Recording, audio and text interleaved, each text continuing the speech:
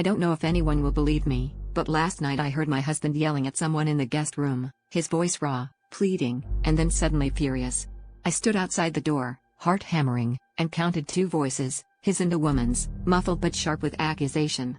I thought maybe he was on the phone, but when I pushed open the door, he was alone, hands clenched, sweating, staring at our wedding photo on the dresser.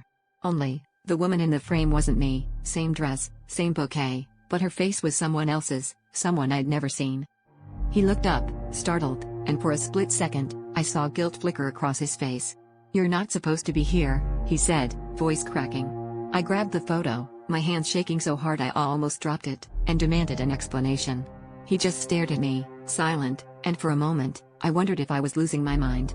I tore through the drawers, desperate for answers, and found a stack of letters, love notes, months old, signed by a woman named Elise. The handwriting was neat, looping, nothing like mine, with little hearts dotting the eyes.